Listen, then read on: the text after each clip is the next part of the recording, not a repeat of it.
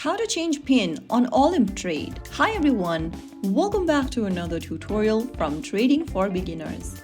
Today in this video, we are going to be learning how you can change or reset your PIN on Olymp Trade account.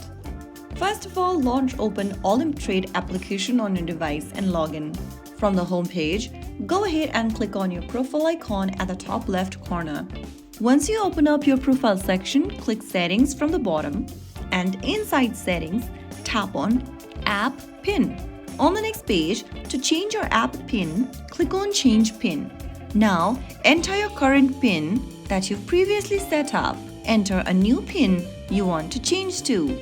Confirm the new PIN by re-entering it again. And you have successfully changed or updated your PIN on Olymp Trade. So that is how it's super easily done.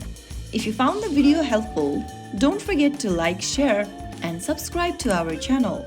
I will be back again in the next video. Thank you for watching.